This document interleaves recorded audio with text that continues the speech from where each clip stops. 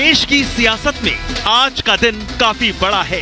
कर्नाटक में जहां कांग्रेस ने बड़ी जीत दर्ज की है,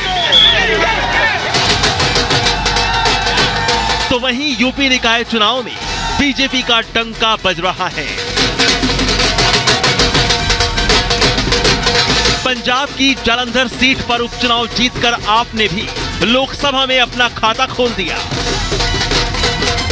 देश के ये तीनों चुनाव देश की तीन बड़ी पार्टियों के लिए अहम रहे, जिसमें सबसे ज्यादा महत्वपूर्ण कर्नाटक चुनाव रहा, जहां के नतीजे सियासत में अपना वजूद तलाश रहे कांग्रेस के लिए वरदान की तरह है। इन नतीजों ने जहां कांग्रेस में एक बार जान फूंक दी है, तो वहीं बीजेपी को आत्ममंथन पर मजबूर कर दिया है। ये सबकी जीत है। कर्नाटक की जनता को, कर्नाटक में कांग्रेस पार्टी के सब कार्यकर्ताओं को और जो हमारे सब नेताओं ने कर्नाटक में काम किया, उनको बधाई और धन्यवाद देता हूं। कर्नाटक की जनता की जो निर्णय है, हम उसका स्वीकार करते हैं। मैं खुद उसका जिम्मेदारी लेता हूं। कर्नाटक चुनाव में बीजेपी भले ही हार गई हो, लेकिन यूपी निकाय चुनाव में बीजेपी को बम्पर जीत मिली। सीएम योगी आदित्यनाथ के नेतृत्व में बीजेपी ने यूपी के सभी 17 मेयर पदों पर क्लीन स्वीप कर दिया। इसके अलावा नगर पालिका अध्यक्ष और नगर पंचायत अध्यक्ष सहित पार्षद चुनाव में भी बीजेपी ने एसपी बीएसपी को पूरी तरह से हराया। यूपी में जीत का झंडा बुलंद होने से बीजेपी नेताओं में खुशी की लहर है। हालांकि यूपी के निकाय चुनाव में भी एक पार्षद पद जीतकर आपने भी अपना खाता खोल दिया। उत्तर प्रदेश नगर निकाय के चुनाव में भारतीय जनता पार्टी ने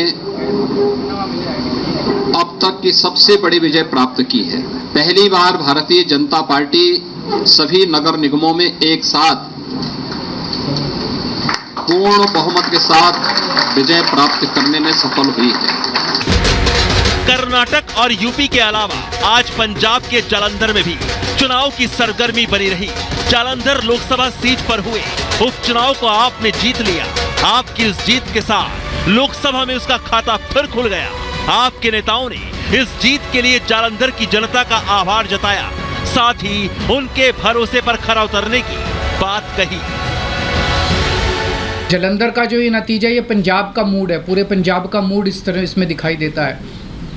उन्होंने भगवंत मान साहब के आम आदमी पार्टी की सरकार के कामों पे ठप्पा लगाया है कि जी लगे रहो, बहुत अच्छा काम कर रहे हो, इसी तरह से करते रहो, हम आपके साथ हैं। ये बहुत बड़ा मैसेज है। तो जालंधर की जनता को मैं बहुत बहुत तहे दिल से शुक्रिया अदा करना चाहता हूँ। देश में 23 के चुनावों को 2024 लोकसभा का सेमीफाइनल माना जा रहा है। हालांकि राज्य और केंद्र के चुनावी मुद्दे अलग होने की वजह से कई बार नतीजे भी अलग अलग रहे, लेकिन जो भी दल 23 में जीत रहा है, 24 में उसका मनोबल हाई रहेगा। ऐसे में सवाल यह है कि क्या कर्नाटक में बीजेपी की हार से कांग्रेस के खुलेंगे 24 के द्वार? क्या 24 से पहले बीजेपी को मंथन की जरूरत है? और क्या कर्नाटक की जीत को 24 से जोड़कर कांग्रेस जल्दबाजी कर रही है?